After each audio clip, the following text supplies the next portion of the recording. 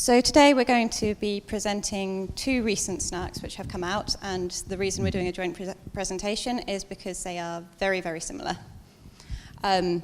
These are something which we're hoping that people are going to use. So we're really going to be focusing this talk not only on sort of what they are, how they work, but also on sort of certain practicalities behind them, like, for example, how you would actually generate this universal setup, which I will explain later. So I don't want to dwell too much on what a SNARK is, because I think most people here already know. It's related to zero-knowledge proofs, and you can use a SNARK in order to prove that a computation has been carried out correctly. You can also keep some of the inputs to this computation private if you need to, which is very nice. And you have that verifying these computations is much cheaper than it would be to run the computation yourself.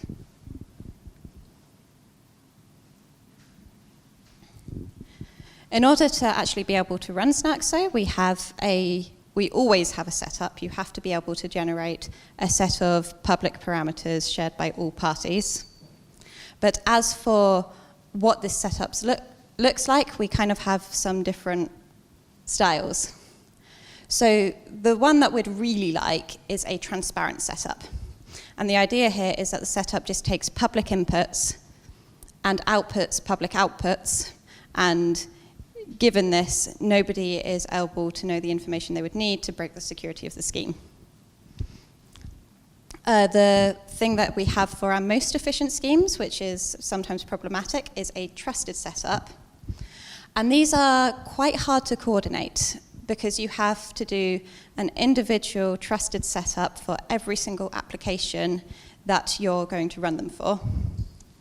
And sort of between this space is a trade-off, which we're calling a universal setup. So the idea here is that there is still an element of trust involved. However, we only require one setup across all of the different applications, and that makes life a lot easier. So some examples of transparent setups. We have bulletproofs, we have SNARKs, we have Spartan, and we have Halo. And these are all good protocols, but they have, in the case of Spartan, they have like slightly larger proof sizes. In the case of bulletproofs, they have larger verifier time. And in the case of Halo, you really need to be in a setting where you can batch your proofs, which I'll again go into more detail later. And sometimes these costs are outside the realms of feasibility. And when they become infeasible, you start to say, okay, what else can I do?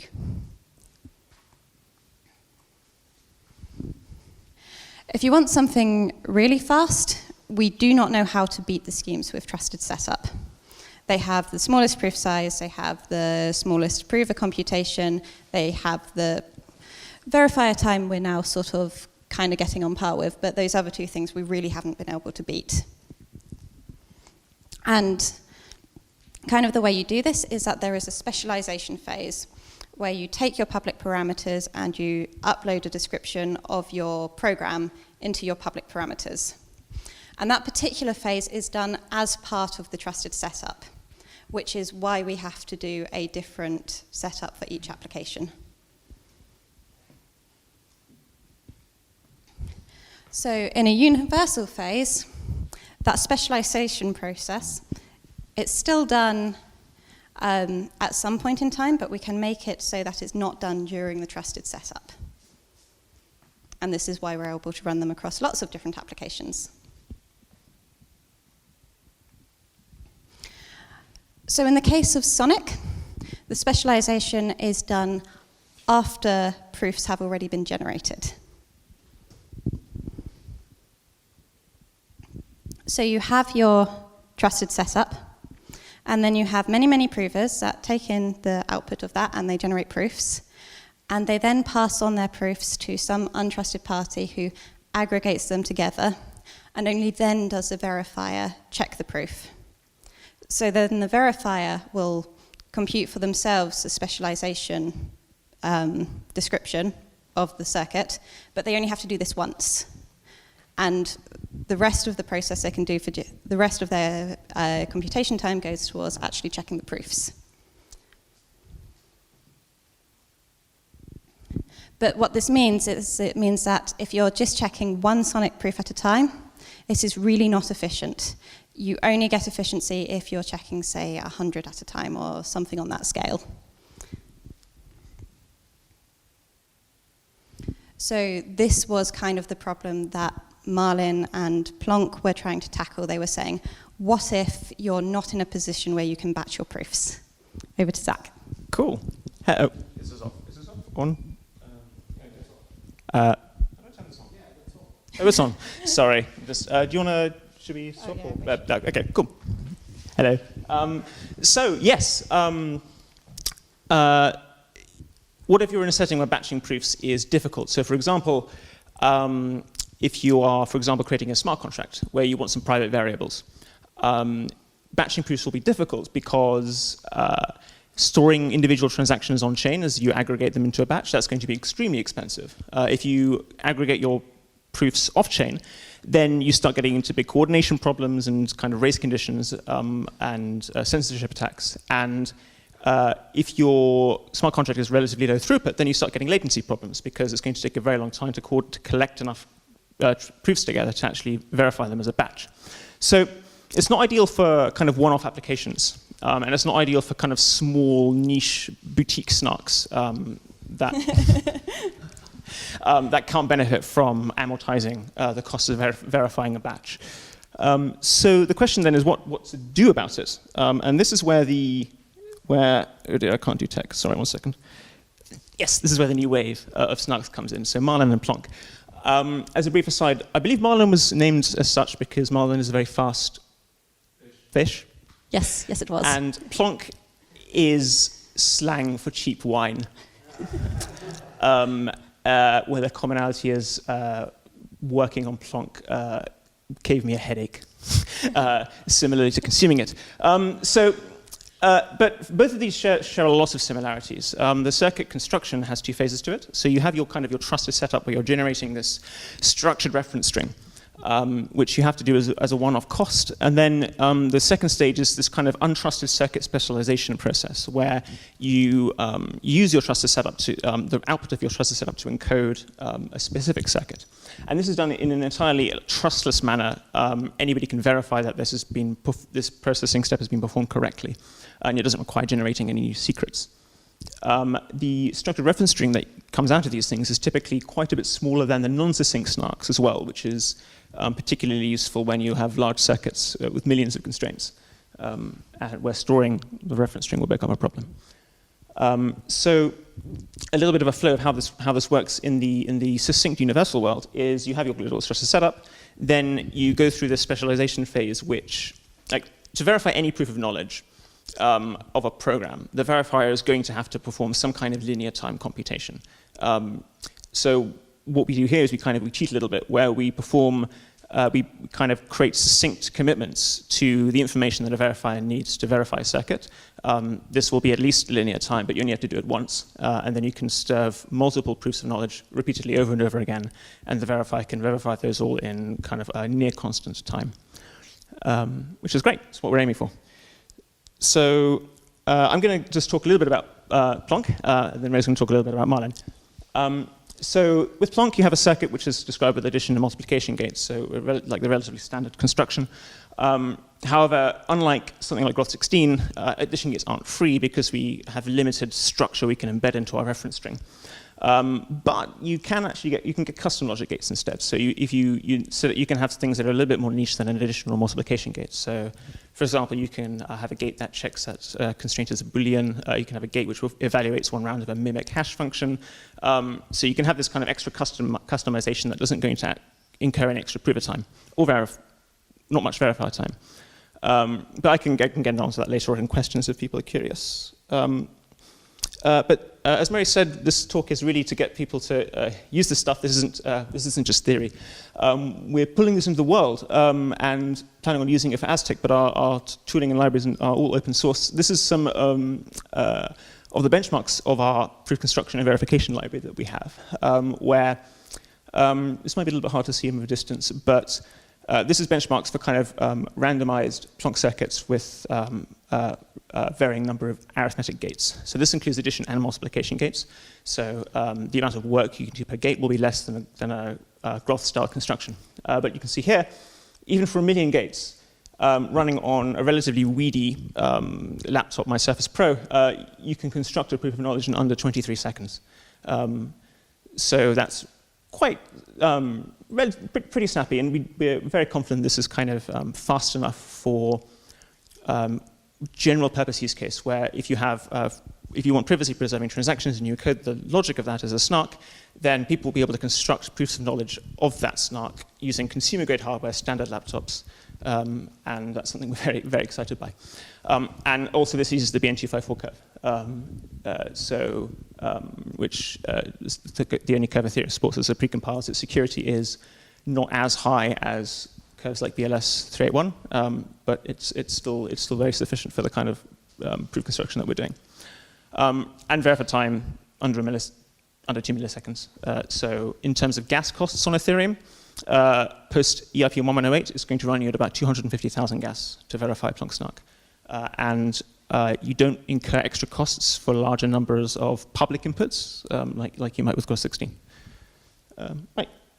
What's the next slide? Oh, yes, and the proof size. So if you're over the kind of old Zcash curve, then your proof size will be 0.5 kilobyte. So these proofs are very small and compact. Just to kind of summarize the efficiency analysis, things that Planck is really good at. So this is like asterisks if you implement a couple of custom gates that we're rolling into our Berettenberg proof construction library. It's extremely good at binary decomposition. With one constraint, you can kind of concatenate together 2 binary variables.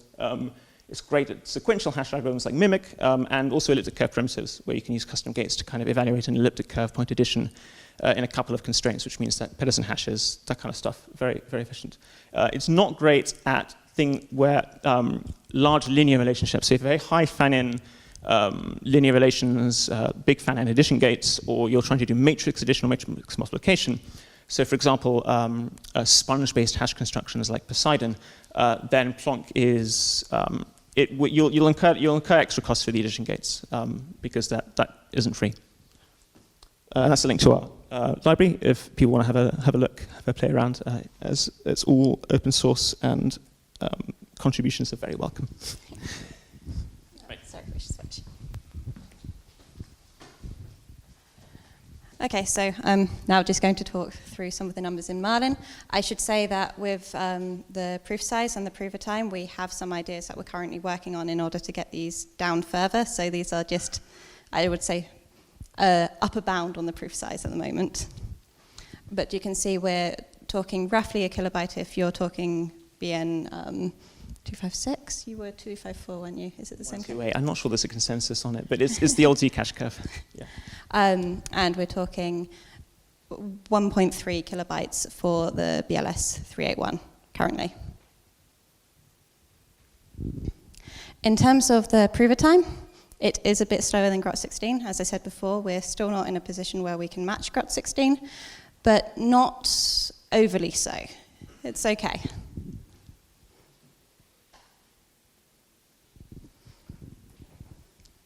Okay, so likewise with the verifier time, we do get a bit higher costs because we have additional field operations, which you wouldn't be having to do with Groth 16.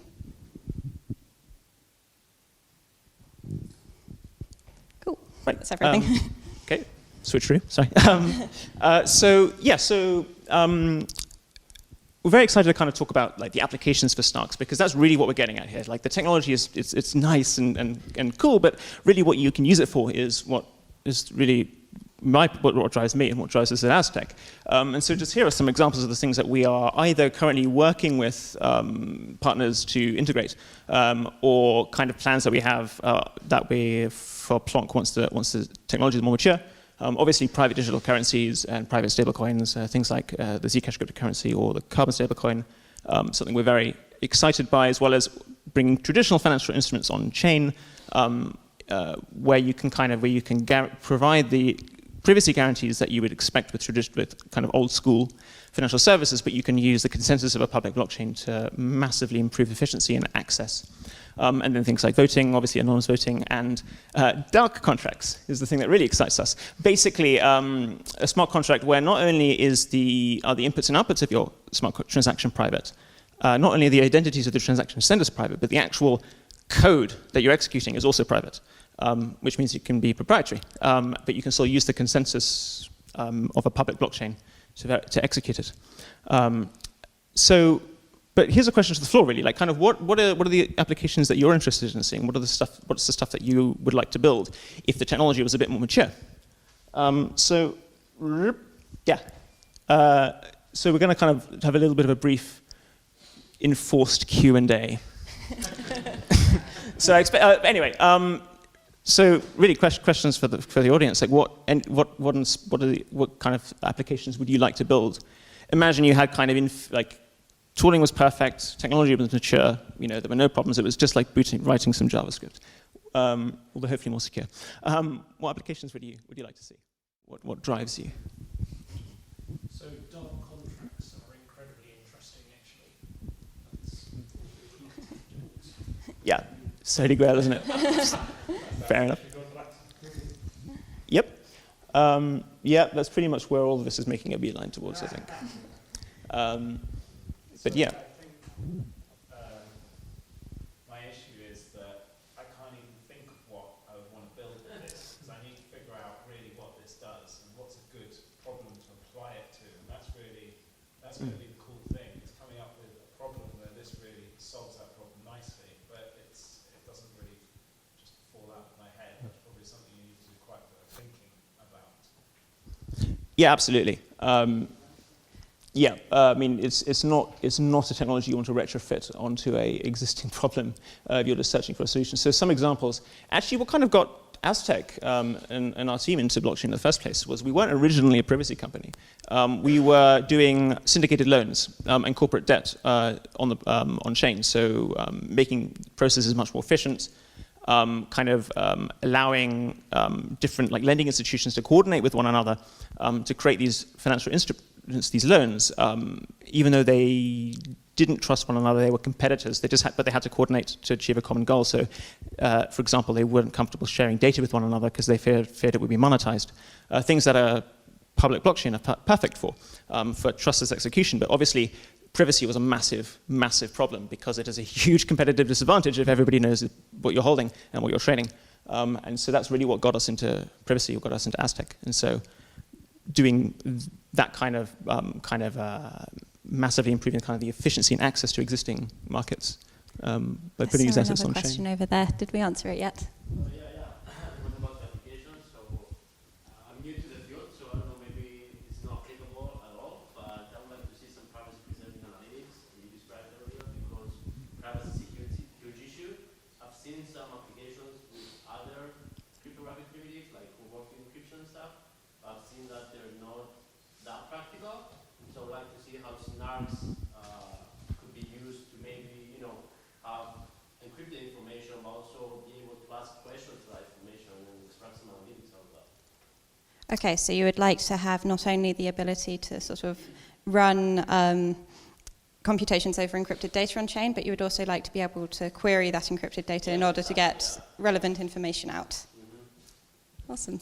Yeah. A start would be for the contract, you just have a variable that's randomly generated and secret. That will be a good start. I think with that I can do a lot. That's quite doable. You could use a Schnorr signature for that, even. Sorry? That's quite doable. You could use Schnorr for that, for example. So it's going to. But do you need to trust the setup? So it depends. If you want to kind of transmit private information on chain, then you can do that with digital signatures, Schnorr signatures. You can encrypt information. If you want to kind of perform, evaluate logic using the encrypted data, if you want to perform evaluate some mathematical expression, then that becomes a lot harder, and that's what you need SNARKs for. Can be payments? Pardon? Payments? 23 seconds. 23 seconds? No, payments, money payments. You pay something, but you don't need to know. Oh, private payments. Yeah, that's kind of ground zero for us. And hopefully, well, we're going to have some more on this later, but we're launching our Aztec 1.0 mainnet protocol hopefully next month once our MPC is complete, and that is exactly what we will be enabling. So like back to the homomorphic encryption, like this the homomorphic encryption, what's the comparison? Just like I know they're not directly comparable, like let's run like what you want to do. If doing it via homomorphic encryption and doing it via SNARKs if possible, what would be the cost trade-off? So SNARKs aren't really something you use for encryption. SNARKs would be something you would use to prove that you have done the computation on the encrypted data correctly. So it would stop people from being able to return false replies to your queries. You can't really use it for analytics. You could probably do machine learning models, and you can actually prove characteristic machine learning models. For example, the kind of lab trends, right? So for deep learning pipelines, you can actually have some characteristics you can get with stuff. Yeah, so if you want to prove you've performed a computation correctly, you want to hide some of the information, that's great for a SNARK. If you want to perform a computation on encrypted data that you yourself can't decrypt, that's where you need fully homomorphic encryption for. That's what I told you. You can't, and your application for analytics won't be possible, it's not. It would be possible. It might be expensive with the current state of the art, and it would depend on what the computation was. But if what you wanted to do was run a computation on encrypted data, so using homomorphic encryption, and prove that you have done that computation correctly, that's where you would use a SNARK. So it's homomorphic SNARK. Yes, you would have to combine the two techniques. It's tricky. Yes.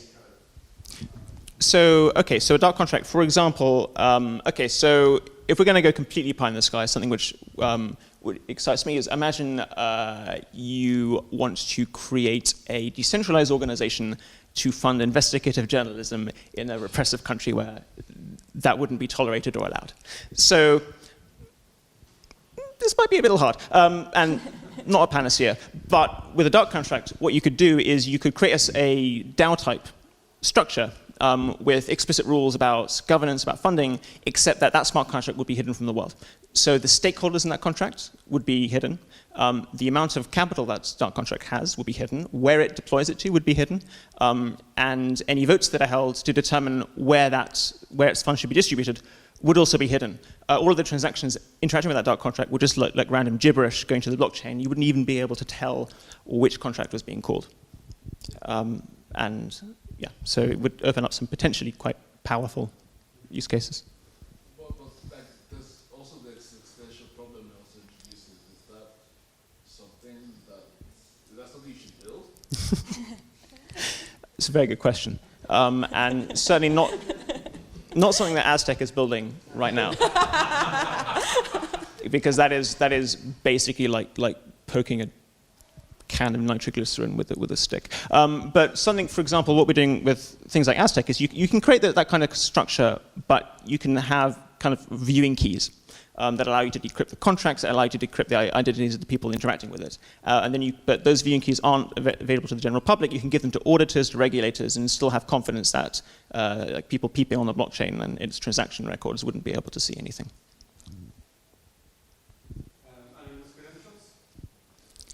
Anonymous credentials. Okay, so you're thinking about ways where you can verify that you have, say, access to a building or that kind of thing. Why are we still using username and passwords? It's nearly 2020. Should be using blockchain.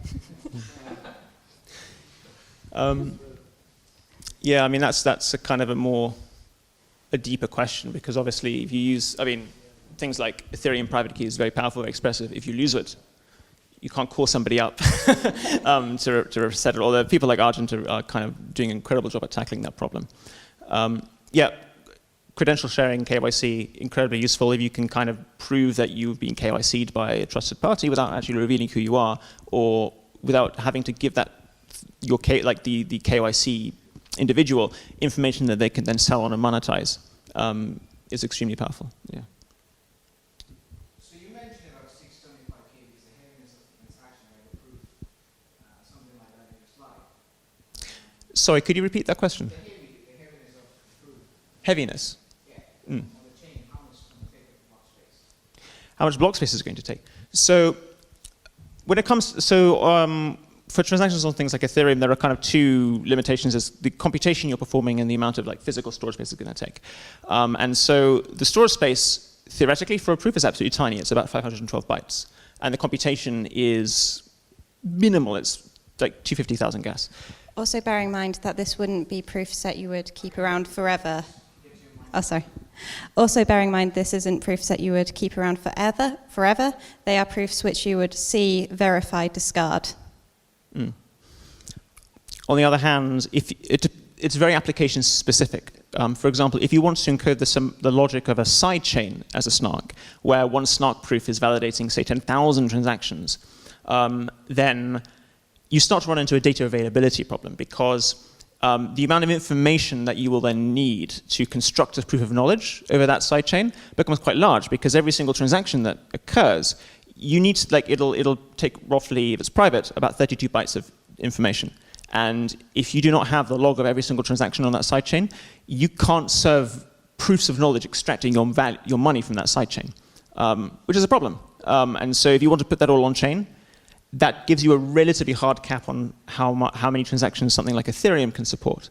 To give it, actually, I think Harry, much better person for this, for when it comes to kind of roll-ups on Ethereum. How much, like, if you wanted to consume an entire block's worth of gas on something like a roll-up. Sorry, I've really put you on the spot here. I feel nervous now. I don't know, 500 transactions per second is reasonable. If you compress every transaction down into 8 bytes, you can discard hundreds of bytes of signatures per transaction. It's just a case of it'll cost you thousands in compute time to make the proofs for that. It's expensive, but yeah, it's cheap in different ways. Yeah, so that kind of gives you a pretty hard cap on what something like Ethereum can support with this technology. I think we should move on to the next question. That's a very good point. Is there anything that people in this room have come across which they've been there like, I would love to do one of these applications which we've specified here, but there's this technical barrier, with the technical barrier not being sort of proof size verifier time, we already know to work on that, but maybe something that we haven't thought of? Analysis paralysis. So like almost every week there's like 3 new SNARKs out, and like it's really an issue. And because like you're all really clever people, like kind of building different things, like which one, like what do I use Marlin or Plum? Both would work. So you're saying that you would like to see more standardization across which schemes we're recommending people to use? You guys should work closely together, and like one thing, well, less, not as many. It's a fair complaint. Yeah. I've heard something else which sounded really interesting, but I heard about that like 1-2 years ago, and then I've never heard about it. So I don't know, maybe these sort of technologies can be used for that. Was having an algorithm that runs only one time, then expires, so you can't write it again. So cryptographic queries like those ones, maybe I have no idea how, but it would be really interesting to see if these sort of applications could emerge from these kind of technologies. So you'd like to see a greater range of applications and a smaller range of schemes? No, Is that, okay, I've misunderstood. just an algorithm. Let's say I've got an algorithm. You have an algorithm? Right? It does something. Yeah, and I want to sell it, but I want it to run just once. Oh, I see. That's more like an FAT kind of thing. Yeah. FAT is not a obfuscation. Okay. So you want to make it so that people can only run an algorithm once? Yeah. That's quite cool. I hadn't thought of that. Make a mini SNARK in 3 weeks, right? Yeah. Obfuscation, that if you want to run it once, essentially what it means is like, But obfuscation is different, because obfuscation is just really hard to read. no, you can just, you know that. Yeah. Okay. Yeah, you could make a kind of like a self-destructing algorithm. Yeah. So I just like spitballing some random ideas here, but like Obfuscation is a very hard problem if it boils down to that. But I think if you could specify which inputs it could be run on in advance, that might help. Yeah. You could also do things like you could say you could be the only person that runs the algorithm. People have to give you your data, but then you can serve a proof of knowledge that you run it correctly, and then you can. That's easier. Yeah. Yeah. What else are you working on apart from transactions? What else are we working on? So at the moment, like what Aztec is working on, we're kind of Plonk is more of a medium-term R&D project for us. We are very close to launching our kind of mainnet private asset protocol, which will allow people to create confidential tokens. So tokens where the values are encrypted. Identities aren't, but you can use a stealth address protocol to provide anonymity if that's something that you want as well. Yeah, that's kind of the key focus of what we're doing. We're planning on, in the short, medium term, using Plonk to then fully hide the transaction graph for Aztec transactions and then making them much more expressive.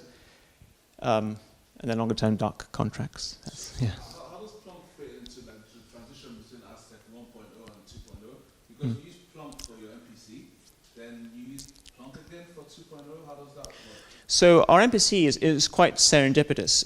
It's used for both Aztec 1.0 and Plonk. They need exactly the same structured reference string. We designed our smart contract protocol, our cryptography engine, to be upgradable over time, so we can add new families of zero-knowledge proofs into them. And so we can and will be adding a Plonk family with upgrade paths, so that if you have private assets, Aztec notes created with our current protocol, you'll be able to migrate them and convert them into Plonk-style notes. And the upgrade runs on a multi-sig? Pardon? The upgrade, the upgrade, you need a multi-sig? Oh, for our cryptography engine? Yeah, to upgrade it. Who has the keys? Who does have the keys? Not me. No, don't trust me with secrets. I don't actually know who has the multi-sig keys. I'm gonna have to get back to you on that one. But it's more than just Aztec. But I will have to get back to you on that one. So one of the things that has stopped me in the past from using zero-knowledge proofs is that they're just not available in the language that I'm using at the time. So I look over there and it's like in Haskell or something, and I'm like, well, how the hell do I integrate Haskell into my Go program? And then on top of that, there's a question about whether you can trust them. So you found some random GitHub repo and you're like, is this good code? And there's really no way for you to verify that that code is correct. So potentially having some kind of third-party assessment and a clear bit of documentation that can allow maybe less technical people to follow through and understand the validity of this zero-knowledge proof. Okay, so you have two things. Two things. You first want us to try and implement SNARKs across a variety of languages, so not just Rust, I think is a fashionable one at the moment, but also things like Go and what else? What other languages? Python, yeah. And the second thing you were saying, hold on a sec. I got distracted by Verified code. Oh, more audits of the code that is being output. Is that the idea? To know that code is really reliable. You're not just picking up some random thing you think it's going to work and then it breaks down in the middle of something or application. Okay. Completely. So most of the stuff we have at the moment is very, very new.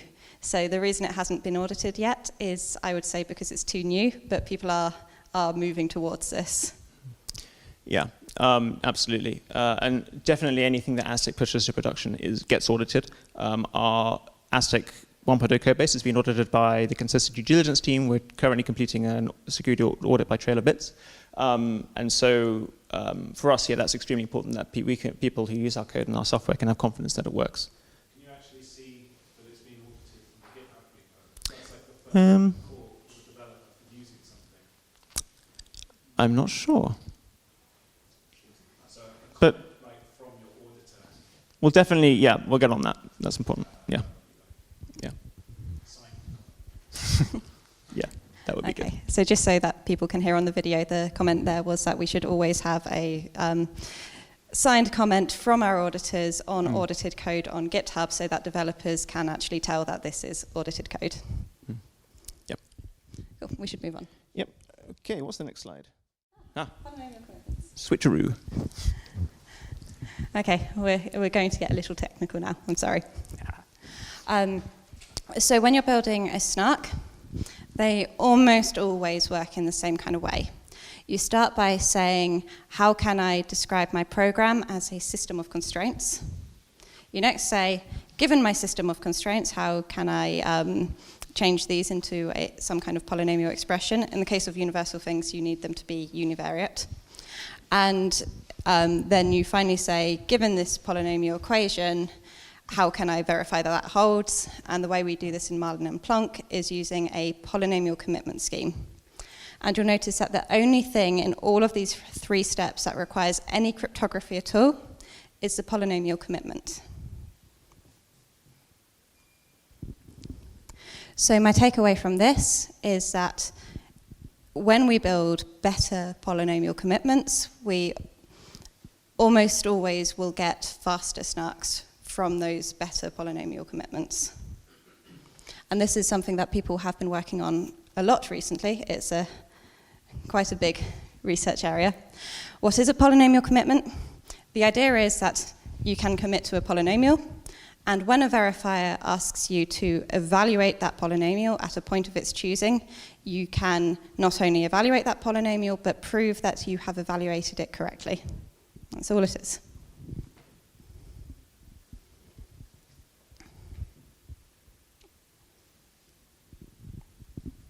Currently, both Marlin and Planck and Sonic are using adaptations of the KCG10 scheme, which is pairing-based, and it is the reason why we are having to do a setup in the first place.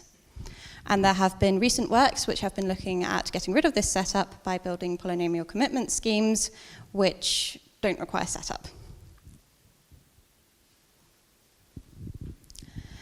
So the first is a polynomial commitment scheme by the people at Matter Labs. And their aim here was not only for something transparent, but also for something post-quantum. How to actually integrate this with existing schemes would require a bit more work still, because post-quantum stuff is always a bit more, you come across issues in the security proofs which you then have to fix, but it's definitely a very sort of, I would say, hopeful direction. One that's come out very recently, and I would say is quite topical, is called DARK. And this is building polynomial commitment schemes from groups of unknown order. So we know 2 of these, really. One is RSA, which again would require a setup in order to get the RSA parameters, so that wouldn't count as untrusted. But the other is class groups. And class groups, I would say, are quite poorly understood and poorly implemented, but once we get sort of a better understanding and better implementations, they have a transparent setup and they're a very sort of hopeful direction as well. And the last one is Halo. And what this is doing is it's taking one of the arguments from bulletproofs and it's applying it to polynomial commitment schemes. And they are able to get something which is efficient in the Sonic type setting when you can verify many proofs at once, so say 100 proofs at once. That would be a good situation to use Halo. It's less good for Marlin and Planck because in our situation we're trying to get fast verifier time just for 1 proof, and Halo doesn't do that. Right. Handouts.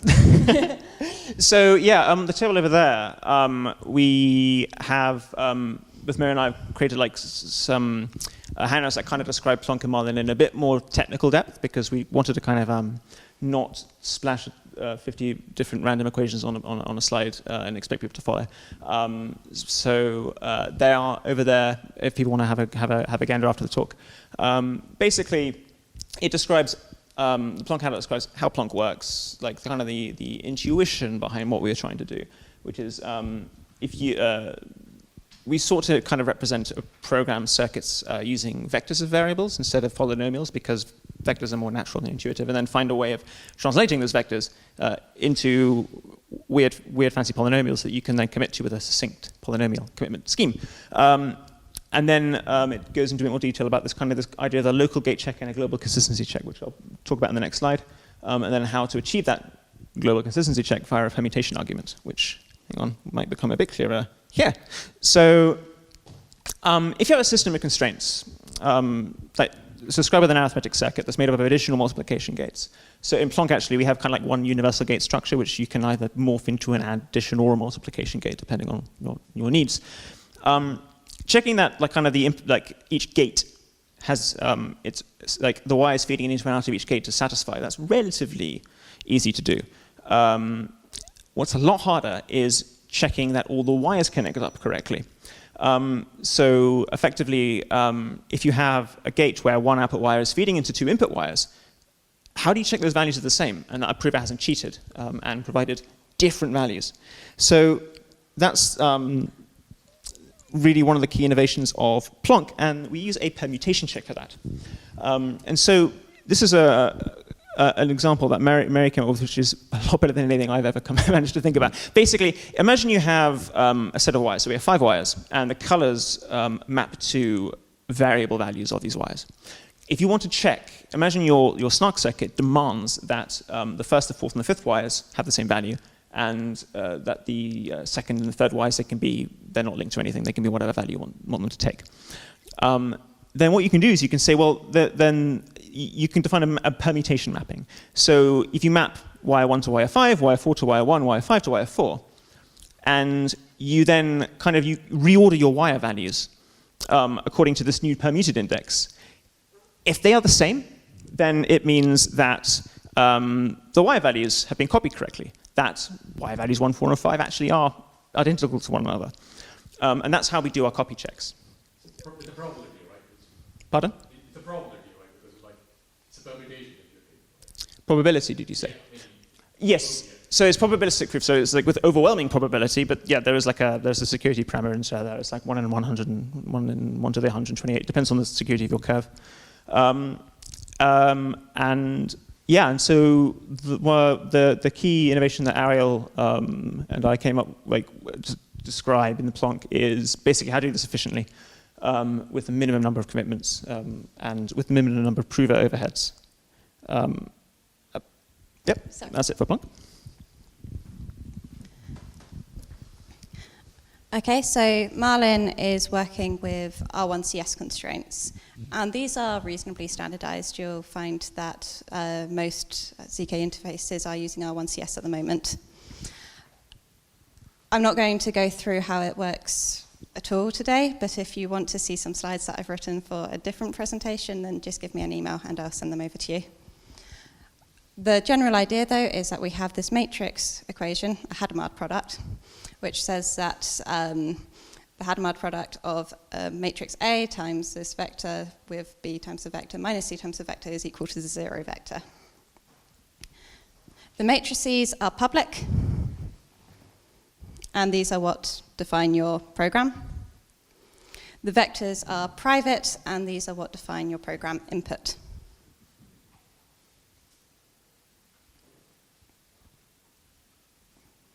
So what Marlin is doing is we are trying to convert an R1CS system into what we call a linear check and a quadratic check. Our linear check is what I'm explaining in the handout. And this is really the hard bit, the bit where we had to come up with technical innovation. And what we need to do is we need to send another vector, a committed vector, and prove that that committed vector is equal to the public matrix multiplied by that private vector for all 3 of our values. The easier bit is then checking that this Hadamard product actually holds.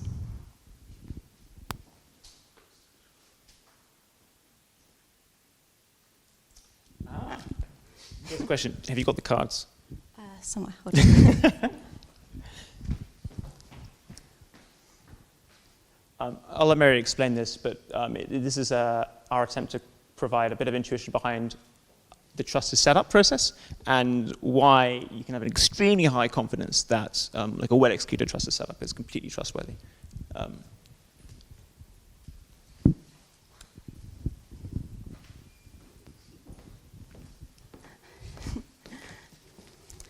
Okay, So I have 5 cards. We have the 10 of diamonds, a joker, the 10 of spades, the 10 of clubs, lots of 10s, sorry, badly shuffled, and the queen of hearts. What we're going to do is we're going to shuffle these cards, and this is meant to be representing our trusted setup. And at the end, we're going to ask the question, who has the joker? Okay, and this is essentially going to be representing our secret, which if you knew, you could break our scheme. So if the setup is done correctly, then the probability that you guess correctly should be 1 in 5. If something goes wrong with the setup, then the probability that you guess correctly is going to be about 1. But in real examples, assuming the setup has gone correctly, the probability that you guess correctly should be about 1 over 2 to the 256, which is a very, very small number. So we're going to have 6 participants. Each of them is going to take the cards, shuffle them, then pass them along. You are not allowed to look at the cards, and this is something which, in the actual schemes, is cryptographically ensured. We're going to assume the worst case scenario, where you only have 1 honest participant. So me and Zach will be party 1 and party 2. What is honest? Is honest, can the average say is honest looking at the cards or not? Okay, so nobody is looking at the cards, but the honest party is not going to describe to other people how they shuffled the cards. They're not colluding. Yeah. Dishonest people they can't see the cards, but they can tell everybody, like, I shuffled them in this order. Security on this cryptographic, because it's a strong assumption that we can't cheat like that. It's discrete log. Yeah.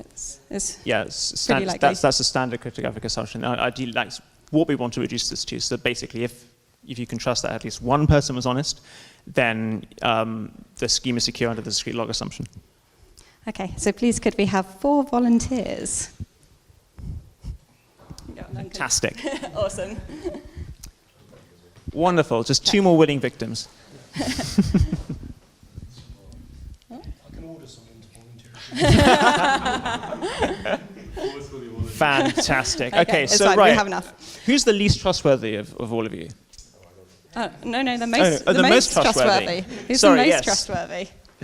I could be the one. Fantastic. Awesome. Well, could our paragon of virtue please exit the room? Because we're about to provide some information which, as an honest participant, you don't want to see. Okay, shall I? Actually, I think if you just look away, is probably enough for the yes. demo.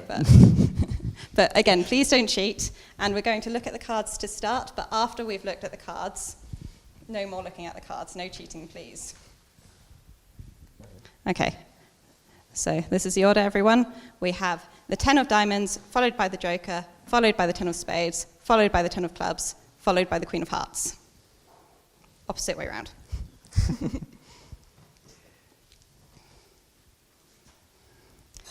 Right. Okay, So, party 4 is looking away, I hope. Yeah. Awesome. Okay, this is how we are going to shuffle the cards. And as you'll notice, we're not shuffling them at all. We know exactly how we're permuting them.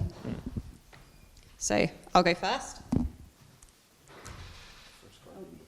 So first one needs to be swapped with the second one. The 5th one needs to be swapped with the 4th one. helps if you have a count of cards in a casino.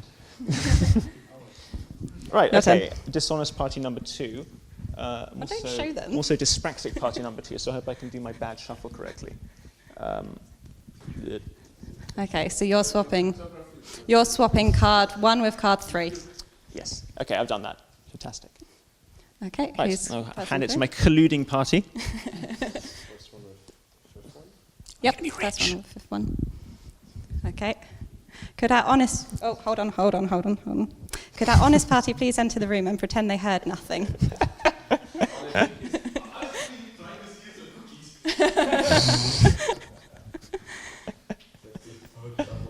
Right. Okay, honestly. No. Yeah. Okay. Suitably shuffled. Yep. And them on to party 4. So I guess please look away and lock your ears again. I guess what this is trying to demonstrate is it's a very binary outcome, right? Just because we're all colluding and we're telling each other how we're shuffling, that doesn't give you any useful information as long as one person is honest. It's not like you get a kind of like degrading security the more people collude. It's really much an all or nothing process. It looks like one of our colluding parties might have accidentally forgotten its secret shard. Security through obfuscation, it works, people. There is 5 missing. Hmm? Yeah. Oh, so there is. Oh, sorry about that. We'll improvise.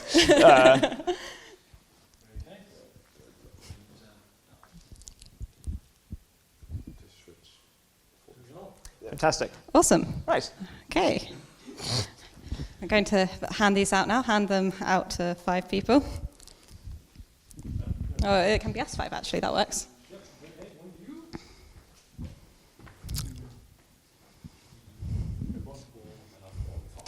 Awesome. So does anybody think that they... a final slide of the evening. Does anyone think that they know who has the Joker? Apart from the person who has the Joker, they probably know. Okay. Yeah. Yeah. Well, yes. This is like the world's worst magic act because we don't reveal your card at the end.